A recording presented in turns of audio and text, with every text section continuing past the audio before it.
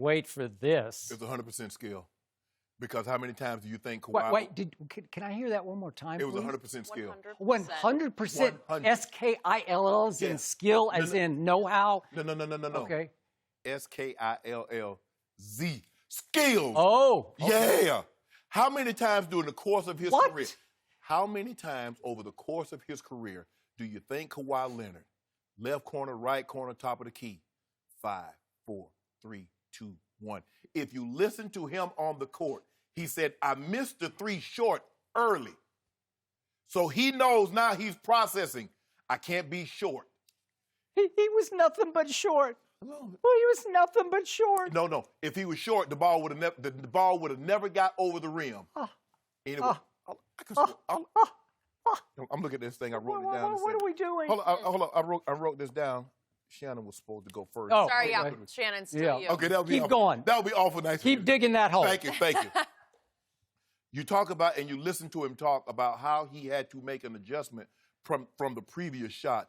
If you look at him, this shot is very, very difficult because not only is that he's going towards right, we see guys shoot that shot a lot of times and it hit the corner of the backboard because they don't take into account that their momentum, when you're drifting to your right, your momentum is taking you out of bounds, so you have to shoot the ball a lot earlier. So not only that, okay, Ben Simmons passes him off to Joel Embiid. And Joel Embiid contests, so not only does he have to get the shot up over Embiid, he has to put it at a trajectory that I was short last time, I've got to make sure I cannot be short this time. Sure. He processed all that information. See, Skip, you think that shot took place then. That shot took place years and years before Lord have it mercy ever on my presented soul. itself. And to go through what he had to go through, Skip, do you know he scored 15 points in the fourth quarter? The rest of his team... That's not what you I love Kevin's finish. No. This is my time.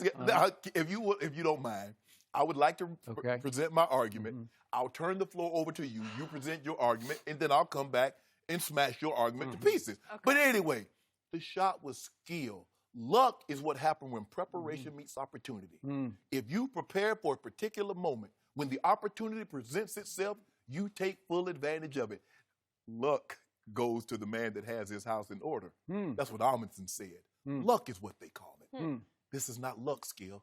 If you remember, he hit the very shot against Portland a month earlier, and the ball... It was the very shot. It was 10 feet on the baseline. There you go. It was a 10-footer. And guess what? If you don't mind me asking. Yeah, and that shot hit over the front edge of the rim. And then what did it do? Boom, boom, boom, through the basket. That shot wasn't bothered. Go ahead.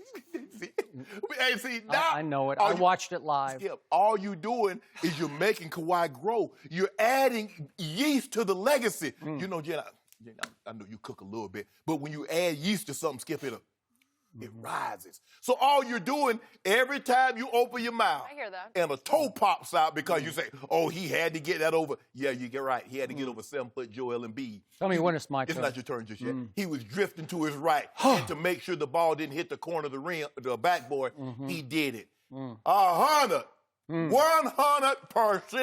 skills, and it hurt Skip Bayless because his Spurs are home. That was simply the silliest argument you have ever made in the history of Undisputed. And I'm about to smash your argument into 1,000 pieces because that shot was 1,000% luck. That was simply the luckiest shot that ever fell to win a playoff game. Ever, ever, ever. In all my years, going back to covering the Lakers here in the middle 1970s, I've never seen a luckier shot that won a playoff game. Why was it lucky? Number 2 actually had the audacity after the game, standing on the court in the post-game interview, to say that, I work on that shot every day in practice. No, you don't. Baloney. How you call the man a liar? I think it's my turn, and I think you're not going to interrupt me because I didn't interrupt you after the early interruption. Oh, okay. Then I bided my time, really? and now it is my turn. There is no way he practices a shot to do that because I could give him 100,000 shots, and he could not, again, make a shot do that because it's almost physically impossible. So what happened? Joel Embiid should have blocked the shot, but he came to a jump stop first. He mistimed his jump, if we could see it one more time. Embiid does a jump stop and hesitates for a second, and then he has to relaunch himself. Joel Embiid is obviously 7 feet 2 inches tall, and if he timed his jump right, he just would have blocked the shot. Now, it's also possible he would have caught some finger, and they would have called a 2-shot foul because it wasn't quite a 3-point shot. It was a 2-point jump shot. So it's possible that number 2 would have had to go to the line to make 1 of 2 to win the game, and I'm pretty sure he could have made 1. But again, Embiid mistimed his jump. But he got enough hand up that he forced number 2 to shoot a rainbow arc shot, which is completely against stereotype of how he shoots the ball. Just for those who haven't watched him as closely as I have, number 2 is a line drive jump shooter. Yes. When he's in his rhythm and in his flow, he shoots line drives that barely arc at all and just bottom of net.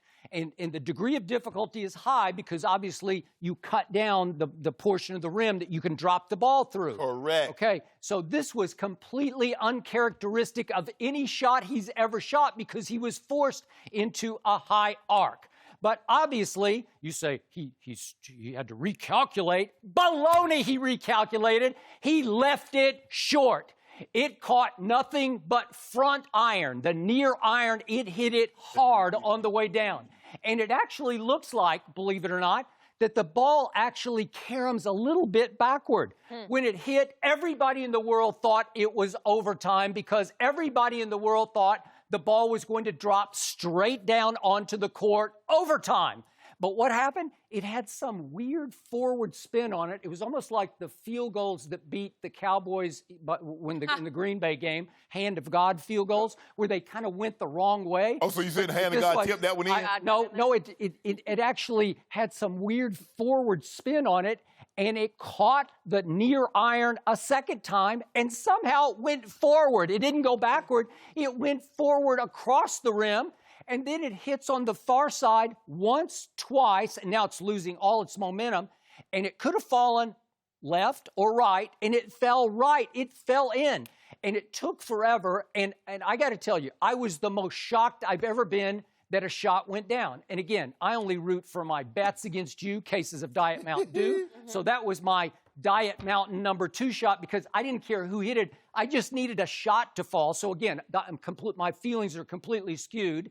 Yeah, I don't like that guy, and it couldn't happen to a worse guy to be that lucky. If y'all can hit that shot, you can okay, I won the case of Dew, and I'm good. Okay, but again, it was the luckiest shot ever because even Nick Nurse said after the game, obviously, it was a nice, lucky bounce. So, again, my partner across the table has called it 100% skill, and even the coach for the Toronto Raptors says, obviously, it was a nice, lucky bounce. L-U-C-K-Y bounce. There's a difference. Hold on. Woo-hoo. If I'm not mistaken, and I'm pretty good at understanding and comprehension, there's a difference between shot and bounce. If you want to say the bounce, he got a lucky bounce, you want to say he got a lucky carom, I'll give you that. But you can't say the shot was lucky. It's totally lucky. They go hand in hand. No, they don't. He got a nice lucky bounce. Then don't tell me the shot wasn't lucky. It was the luckiest shot ever. And here's the point. A lot of times you'll see the backboard give you a lucky bounce. If you're shooting from the wings or from the top of the circle, the backboard will help you. It will become your friend. Every once in a while, LeBron James, we've seen, shoot it so badly that it accidentally banks in. You don't call bank, you just get help from the bank. Oh, so you're saying the shot that LeBron hit last year against the Raptors? No, that was a good shot, but he's made several off the backboard that he didn't call. Okay. But the point is, when you're shooting it from the dead corner, there's no backboard help at all. Right. The physics are completely against you because there's nothing to stop the shot and knock it back in. You're going to have to get the luckiest bounce ever off the near iron because you hit nothing but iron. You were short. You weren't true. You weren't into the basket. Again, the shot he shot against Portland that won the game was a nice little 10-foot floater, and he got it over the front side of the rim, and then it kind of wobbled and bobbled around, but it fell, but it had fall written all over it because he got it into the cylinder. No, it didn't. It hit hard on the near iron and went straight up. Skip, that shot never, ever goes in. Skip, I think what you're confusing is that when he says he practices the shot, He didn't say he practices the bounce or the carom that ultimately caused the shot. Well, obviously, he doesn't practice hitting the near iron because it'll never go in off the near iron. Skip. He practices the shot. He practices falling to his right out of bounds, falling to his left out of bounds. He shot it poorly because it hit nothing but near iron. Skip, it hit it hard. Boom! Skip, it hit it hard. No shot from that angle ever goes in. Think about this. You saying he's a line drive shooter. He is. So if he shoots it line drive, Joel Embiid blocks it. Okay, he had no choice. He got forced into just throwing it up into heaven and hoping it even caught on. So now he just threw the shot up. Heck he yes. shot his normal Heck yes. Heck yes. He never shoots it like that. Look at that thing. He has no arc. Hey, look at Skip, you hold on. Look at he got that thing to the side like this, Skip. He holding it like that for you. I don't think he held the post. I think that's just the camera. That looked very Michael Jordan-esque. That looks like 1998. He was sitting on his haunches in the corner watching the ball bounce around. Was that holding the pose? Yeah. He was sticking out what became a blue tongue. I don't know why his tongue was blue. He's drinking Gatorade. I guess it was, unless he's got lozenges in or something. It's not like he was down there forever. I don't know. I don't think he was holding the pose unless he was holding the crouch. I'm talking about right there. Yeah, that was Jordan-esque, holding the crouch. Love that. I love that.